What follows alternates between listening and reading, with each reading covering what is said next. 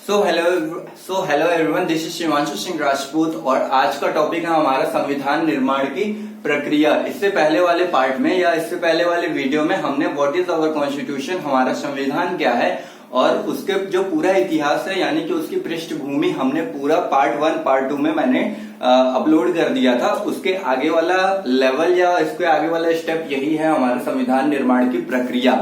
तो आज ये देखते हैं। इससे पहले वाला पार्ट अगर नहीं देखा है तो उसको देख लो, क्योंकि काफी रिलेट करते हुए आओगे। मैंने काफी डिटेल में बताया है, इस रूप में रखने की कोशिश की है कि ज्यादा एफर्ट ना लगाना पड़े आप लोगों को याद करने में, समझने में। मैंने जितना मेरे को आता था मैंने उसका 100% दिया है।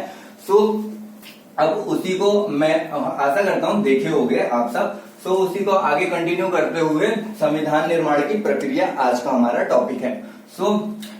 इसमें मुख्यतः मैंने 21 पॉइंट लिखे हैं और 21 पॉइंट में से एक भी पॉइंट स्किप मत करना। अगर पेपर में अच्छे रूप से करना चाहते हो, अच्छे तरह से अपना नंबर लेना चाहते हो तो 21 पॉइंट को, ये बहुत इंपॉर्टेंट पॉइंट है। एक एक नाम, एक एक डेट बहुत इंपॉर्टेंट है, तो कोई भी पॉइंट स्किप मत करना। नहीं तो करना है तो भाई मत करना तब भी। पहला पॉइंट, महात्मा गांधी ने कहा था कि जो भारत का संविधान है, भारत का संविधान लिखित संविधान है। महात्मा गांधी ने कहा कि भारत का संविधान है भारत की भारतीयों की इच्छा अनुसार होना चाहिए। महात्मा गांधी का पॉइंट क्यों इंपॉर्टेंट पड़ा? महात्मा गांधी ने कह दिया तो क्या जितने भी लोग कह दिए, अंबेडकर साहब, अंबेडकर तो मान लो जनक ही थे, और जवाहरलाल नेहरू हो गए, जितने भी मेन लीडर्स हो गए, उनमें से किसी का मुख्यतः नहीं पूछा जाता है, पॉइंट वगैरह नहीं देखा जाता है। बट महात्मा गांधी का पॉइंट हर पेपर में, अगर रिटन एग्जाम दे रहे हो तो फिर उसमें जरूर उसमें प्रयास करना महात्मा गांधी का पॉइंट ऐड करने, क्योंकि वो मार्क्स गेन करवाता है। महात्मा गांधी बहुत इंपॉर्टेंट चीज है, मतलब चीज क्या, व्यक्ति है। मैंने चीज बोला, सॉरी उसके लिए। फिर संविधान निर्माण, महात्मा गांधी ने कहा कि भारतीयों की इच्छा अनुसार होगा। संविधान जो था, भारत का संविधान जो है, उसका विचार सबसे पहले किसने दिया कि हाँ भारत में भी एक संविधान होना चाहिए? उसका संविधान दिया था, उसका एम.एन. राव ने दिया था, विचार दिया एम.एन. राव ने। और सलाहकार थे, सलाहकार बी.एन. राव थे। सलाहकार मतलब समझ लो, सलाहकार मतलब अंबेडकर साहब की जो मदद करने वाले इंसान थे। जैसे एक होता है ना पीएम, फिर सीएम, फिर मुख्यमंत्री हो गए, एक लेवल होता है ना, तो मुख्यमंत्री का हेल्प करने के लिए पीएम सीएम ये सब है। तो उसी के सलाहकार, अंबेडकर साहब के सलाहकार थे बी.एन. राव थे। इनका पूरा नाम बेनेगल नरसिंह राव था। और फिर अंबेडकर साहब को संविधान का माता व पिता के.वी. राव ने कहा था। के.वी. राव ने माता व पिता अंबेडकर साहब को कहा था। ये 3 पॉइंट एक साथ याद करना। विचार दिया था एम.एन. राव ने संविधान निर्माण का, या इसको और एक क्वेश्चन आता है कि संविधान का गठन किसके कहने पे हुआ था, तो एम.एन. राव ही होंगे, ऐसे क्वेश्चन आते हैं। विचार एम.एन. राव ने दिया था, सलाहकार बी.एन. राव थे, और फिर अंबेडकर साहब को माता व पिता के.वी. राव ने कहा। ये इंपॉर्टेंट पॉइंट है सारे। 3 पॉइंट एक साथ याद हो गए। और फिर प्रथम उपाध्यक्ष, इसको अलग से याद करना। प्रथम उपाध्यक्ष हरीशचंद्र मुखर्जी थे। प्रथम उपाध्यक्ष हरीशचंद्र मुखर्जी थे। और फिर छठा पॉइंट ये कहता है कि क्वेश्चन काफी बार आता है कि भारत का संविधान किस रिपोर्ट के अनुसार है, या किस रिपोर्ट के अनुसार है, तो फिर वो वहां पे आंसर होगा कैबिनेट मिशन की रिपोर्ट के अनुसार भारत का संविधान बनाया गया है। इसमें कितने लोग थे? 3 लोग थे। पहले लोग थे ए.वी. अलेक्जेंडर, दूसरे थे सर पैट्रिक लोरस, और तीसरे थे सर स्टैफोर्ड क्रिप्स। इसमें ये तीन लोग थे, जो बहुत इंपॉर्टेंट पॉइंट है और हर पेपर में आता है। कैबिनेट मिशन की रिपोर्ट के अनुसार भारत का संविधान बना था। इसमें 3 लोग थे, A V. Alexander, sir Patrick Lawrence, sir Stafford Cripps. ये 3 लोग हो गए। ये कैबिनेट मिशन के छठा पॉइंट हमारा कंप्लीट हुआ। 7वां पॉइंट ये कहता है कि संविधान निर्माण में 15 महिलाएं थी। संविधान निर्माण जब हो रहा था तो उसमें महिला समूह को भी शामिल किया गया, और उसमें 15 महिलाएं शामिल हुई। और उसमें पहली बैठक में 8 महिलाएं, जो मैंने लिखा है 8 महिलाएं उपस्थित थी। और इसमें एक मुस्लिम महिला भी थी, जिनका नाम कई बार पेपर में आता है। उनका नाम है बेगम एजाज रसूल। और फिर इस महिला समूह जो 15 लोगों का समूह था, इसकी अध्यक्षता की थी हंसा मेहता ने इसकी अध्यक्षता की थी। सो मैं अंडरलाइन कर दे रहा हूँ, हाईलाइट करने में नोट करना है तो कर सकते हो, नहीं तो 4 बार वीडियो देखो, आराम से याद हो जाएगा। तो फिर ये हो गया, संविधान निर्माण में 15 महिलाएं थी, 8 महिलाएं पहली बैठक में उपस्थित रही और फिर इसमें एक महिला मुस्लिम महिला थी बेगल एजाज रसूल, और इसकी महिला समूह की अध्यक्षता की थी हंसा मेहता ने। कंप्लीट याद हो गया। और फिर ये पॉइंट 2 पॉइंट एक साथ याद करो। प्रथम बैठक संविधान की प्रथम बैठक हुई थी 9 दिसंबर 1946 को हुई थी, और फिर इसके अस्थायी अध्यक्ष थे, और कौन थे? अस्थायी अध्यक्ष थे सच्चिदानंद सिन्हा। इसके प्रथम बैठक 9 दिसंबर 1946 को अस्थायी अध्यक्ष सच्चिदानंद सिन्हा थे, और फिर दूसरी बैठक 11 दिसंबर 1946, ये ध्यान रखना 9 से 10 से 11, फिर दूसरे दिन ही हो जा रहा है दूसरी बैठक 11 दिसंबर 1946, और इसके अस्थायी अध्यक्ष बने थे। तो फिर अस्थायी अध्यक्ष थे राजेंद्र प्रसाद। क्वेश्चन का भी और टीचर अगर क्लास में है तो फिर इस तरह से पूछता है कि संविधान निर्माण के कौन अध्यक्ष थे, तो फिर उस टीचर को बोलना सर आपका क्वेश्चन गलत है, क्योंकि अध्यक्ष 2 थे, एक अस्थायी और अस्थायी। अस्थायी मैंने बता दिया सच्चिदानंद सिन्हा, अस्थायी अध्यक्ष थे डॉक्टर राजेंद्र प्रसाद।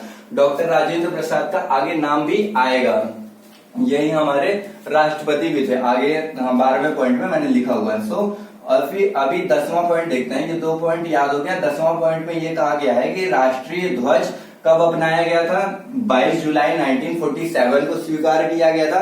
1947 ये स्वतंत्रता दिवस का जो समय है ना 1947, उससे ये काफी चीज रिलेट करके चलना, क्योंकि देख सकते हो मैं क्रम वाइज लेके चल रहा हूँ। 1946, 1947 अब आ गया, आगे 1947 के मतलब जो महीने वगैरह आएंगे तो फिर वो क्रम वाइज लेके चल रहा हूँ। सो राष्ट्रीय ध्वज अपनाया गया 22 जुलाई 1947 को स्वीकार किया गया था। और फिर ये पॉइंट 10वां और 11वां एक साथ याद करने की कोशिश याद नहीं भी करना कोशिश कोई दिक्कत नहीं है, बस इतना याद करना कि 1947 में हुआ था, जब हमारा 1947 जब हमारा क्या मनाया जाता है, स्वतंत्रता दिवस मनाया जाता है ना, तो फिर तभी हुआ था 1947 को स्वतंत्रता दिवस के समय ही हमारा राष्ट्रीय ध्वज अपनाया गया था। और फिर राष्ट्रीय गीत व राष्ट्रीय गान 24 जनवरी 1950 को 24 जनवरी 1950 को इसको इस तरह याद कर सकते हो कि संविधान कब लागू हुआ था? हमारा गणतंत्र दिवस उसी दिन को कहते हैं जब हमारा संविधान लागू हो गया था। तो संविधान जब लागू हुआ तो उसी के दिन ही 26 जनवरी को संविधान लागू हुआ था, और फिर 24 जनवरी 24, 25 और 26 समझ लो 24, 25 और 26 मतलब फिर 2 दिन बाद ही, जैसे कि यहाँ पे 2 दिन बाद ही प्रथम बैठक और द्वितीय बैठक 9 दिसंबर 1946 और फिर 9, 10, 11 तारीख को आ गया। फिर यहाँ पे ही वैसे ही याद कर लेना कि 24 जनवरी 1950 को हमारा राष्ट्रीय गीत व राष्ट्रीय गान स्वीकार किया गया। अब राष्ट्रीय गीत और राष्ट्रीय गान क्या होता है? जनगण मन जनक थे रविंद्रनाथ ठाकुर, या इनको टैगोर भी कहते हैं। रविंद्रनाथ टैगोर को नोबेल प्राइज भी मिला हुआ था। और फिर राष्ट्रीय गीत हमारा वंदे मातरम है। वो राष्ट्रीय गीत किसने लिखा था? बंकिम चंद्र चटर्जी ने लिखा था, सॉरी बंकिम चंद्र चट्टोपाध्याय ने लिखा था राष्ट्रीय गीत। सो ये हमारा 11वां पॉइंट कंप्लीट होता है। यहाँ पे 11वां पॉइंट को याद करना बस कि गणतंत्र दिवस हमारा जनवरी में हुआ था, तो उससे याद करना राष्ट्रीय गीत व राष्ट्रीय गान। कहा गया है कि संविधान की अंतिम बैठक 24 जनवरी 1950 को हुई थी। यहाँ पे देख सकते हो कि राष्ट्रीय गीत व राष्ट्रीय गान भी 24 जनवरी 1950 को हुआ, अपनाया गया। और फिर उसी दिन अंतिम बैठक भी हुई। अंतिम बैठक जिस दिन हुई उसी दिन राष्ट्रीय गीत व राष्ट्रीय गान हो गया कि अपना लिया गया। और उसी दिन ही डॉक्टर राजेंद्र प्रसाद, जो यहाँ पे हमारे अस्थायी अध्यक्ष हैं, जो दूसरी बैठक में, वो हमारे राष्ट्रपति के रूप में सामने आते हैं। राष्ट्रपति उनको उसी दिन बना दिया जाता है। ये हमारा 12 पॉइंट रहता है। 13 पॉइंट में ये है कि संविधान कब अपनाया गया था। मैं अभी संविधान को बता रहा था कि 11 पॉइंट को याद करना गणतंत्र दिवस के नाम से 1950 को। सो फिर 13 पॉइंट ये कहता है कि संविधान कब अपनाया गया था। संविधान अपनाया गया 24 नवंबर 1949 को अपनाया गया था। अब दो डेट आता है पेपर में, संविधान कब अपनाया गया था तो ये लिखना 24 नवंबर 1949 को, और फिर कब लागू हुआ था 26 जनवरी 1950 को। 26 जनवरी 1950 को हम किस रूप में जानते हैं, हम गणतंत्र दिवस के रूप में जानते हैं, गणतंत्र दिवस के रूप में हम जानते हैं। इस पॉइंट को मैं लास्ट में एक्सप्लेन करूंगा मैंने यहाँ पे क्यों लिखा है। ये गणतंत्र दिवस, स्वतंत्रता दिवस को अपनाया गया, उसी के दिन हमारा गणतंत्र दिवस भी होता है 26 जनवरी 1950 को। और फिर कितना समय लगा है इस पूरी प्रक्रिया में, कितना समय लगा हमारा, तो 2 वर्ष 11 माह 18 दिन, 2 वर्ष 11 माह 18 दिन का समय लगा हमारे संविधान को बनने में। और कुल खर्च कितने आए थे, तो लगभग कोई एग्जैक्ट तो नहीं डाटा आएगा कि 64 लाख 64 लैक्स लगे थे, 64 लाख रुपए लगे थे इसके संविधान निर्माण को बनाने में। और जो हमारे संविधान निर्माण क्या सिर्फ अंबेडकर साहब बनाए थे, नहीं, अंबेडकर साहब के साथ पूरी एक टीम थी। और फिर टीम के वही अभी आपने देखा यहाँ पे सलाहकार थे BN राव, जो उनके मुख्य सदस्य में आते थे, जो उनको सलाह देते थे नहीं ऐसे नहीं ऐसे होता है। तो फिर 60 देशों के संविधान का पूरा अध्ययन करके तब जाके हमारे भारत का संविधान बनाया गया था। तो ये हमारे लिए बहुत अच्छी बात है कि हमारा जो कॉन्स्टिट्यूशन है वो इतने देशों के कॉन्स्टिट्यूशन को देखने, समझने, पढ़ने के बाद में हमारा संविधान बना है। तो 17 पॉइंट ये कहता है 60 देशों के संविधान से हमारा भारत का संविधान बना था। और फिर 18वां पॉइंट, मूल प्रति को, इसको याद रखना, मूल प्रति को हाथों से लिखने का काम किया था कृष्ण बिहारी रायजादा ने। वीडियो में भी ये पॉइंट रायजादा उतने क्लियर से नहीं दिख रहा है, तो बट मैं बोल रहा हूँ कृष्ण बिहारी रायजादा ने मूल प्रति को अपने हाथों से लिखा था। मतलब जो हमारे बुक में सबसे पहला पेज होता है ना, इंडेक्स कह सकते हो, तो वैसे ही संविधान का जो मेन बुक है उसमें सबसे पहला पेज किसने लिखा था, कृष्ण बिहारी रायजादा। इसको क्या कहते हैं, मूल प्रति। पेपर में कैसे क्वेश्चन आएगा, संविधान का मूल प्रति किसने लिखा, संविधान के मूल प्रति किसने लिखा, तो ऑप्शन में क्या रहेगा, कृष्ण बिहारी रायजादा। क्या लगाओगे, वही लगाओगे आप। सो वो चीज हो गया 18 पॉइंट। 19वां ये कहता है कि अनुच्छेद 15, जो हमारा अनुच्छेद 15 है, अभी मैं बताया तो नहीं हूँ अनुच्छेद 15, बट अनुच्छेद 15 ये कहता है कि हमारा स्वतंत्रता का अधिकार है। 14 से 14, 15, 16, 17, 18 स्वतंत्रता का अधिकार है। 15 ये कहता है कि धर्म, जाति, लिंग, मूलवंश के आधार पर कोई भी किसी भी व्यक्ति को कोई भी स्थान उपयोग करने से नहीं रोका जाएगा, न ही उनके सामने कोई शर्त रखी जाएगी। अनुच्छेद 15 हमारे ये कहता है।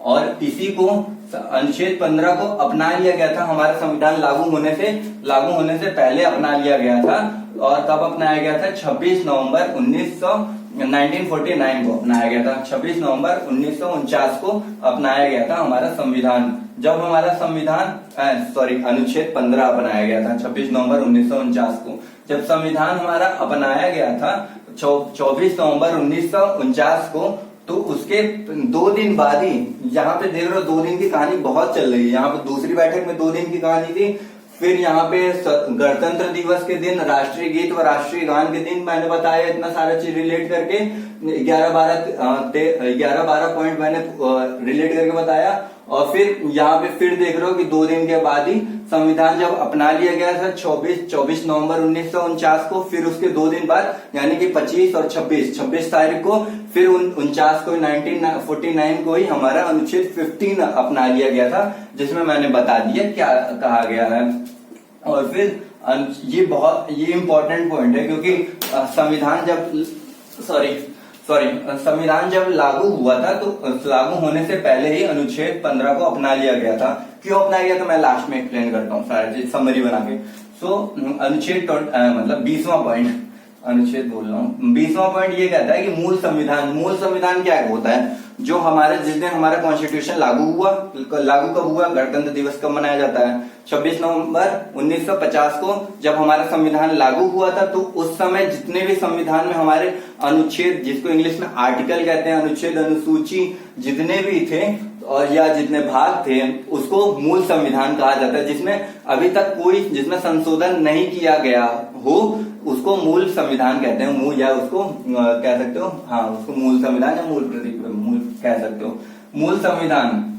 मूल संविधान में हमारे, जब संविधान हमारा 1950 को लागू हुआ था, तो उसमें 395 अनुच्छेद थे, 395 अनुच्छेद, 8 अनुसूची और 22 भाग थे। बस वर्तमान में यही चेंज हो गया, 395 अनुच्छेद सेम है, वही 8 भाग थे। मूल प्रति में जब हमारा संविधान 50 को लागू हुआ तो उसमें 8 अनुसूची थी और इस समय 12 अनुसूचियां आ गई हैं। अनुसूचियों का बाद में बता दूंगा मैं अनुसूचियों में क्या कहा गया है। तो और उसमें 22 भाग मतलब क्या समझ रहे हो? भाग मतलब जैसे होता है ना कि हमारे चैप्टर दिए रहते हैं, चैप्टर में कई सारे टॉपिक्स वगैरह रहते हैं, तो उसी को संविधान में भाग के रूप में रखा गया है। सो इसमें ये 20वां पॉइंट मैंने एक्सप्लेन कर दिया अच्छे से। सो अभी 21वां पॉइंट ये कहता है कि भीमराव अंबेडकर को सबसे पहले बंगाल से चुना गया था, बट बंगाल में किसी कारणवश उनका नई स्थितियां अनुकूल नहीं थी, स्थितियां अच्छी नहीं होने के कारण उनको मद्रास से बाद में चुनाव लड़ना अस्थायी रूप से महाराष्ट्र से अस्थायी रूप से उनको चुना गया था।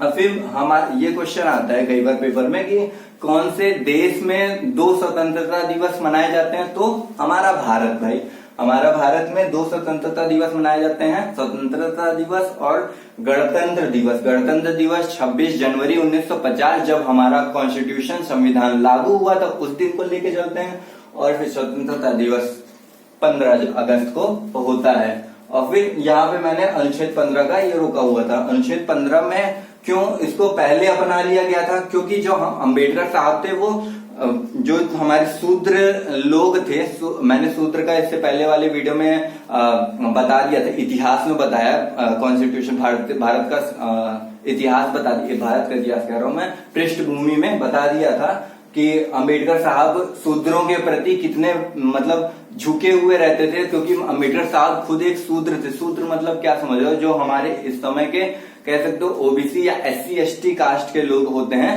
तो उनको उस समय शूद्र कहा जाता है। कोई बुरा मत मानना, मैं समझाने के लिए बता रहा हूं। तो उस समय उनके भला के लिए, क्योंकि उन लोगों के जो स्थितियां थी उन लोगों से बहुत ज्यादा ही खराब थी, उनके वो लोग कहीं स्वतंत्र रूप से कुछ कार्य चल नहीं सकते थे, स्थान नहीं उपयोग कर सकते थे, अपना विचार नहीं स्पष्ट कर सकते थे, उनके बहुत सारे रिस्ट्रिक्शंस थे।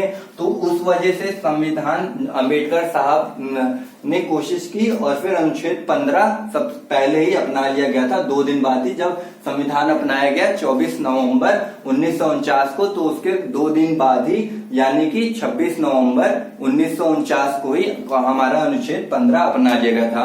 सो यही थी संविधान निर्माण की पूरी प्रक्रिया। So thank you very much. और हाँ, एक पॉइंट यहाँ पे बताना चाहूंगा कि चलो आगे बताऊंगा अगली वाले वीडियो में। So thank you very much. This is Shivanshu Singh Rajput. जय हिंद।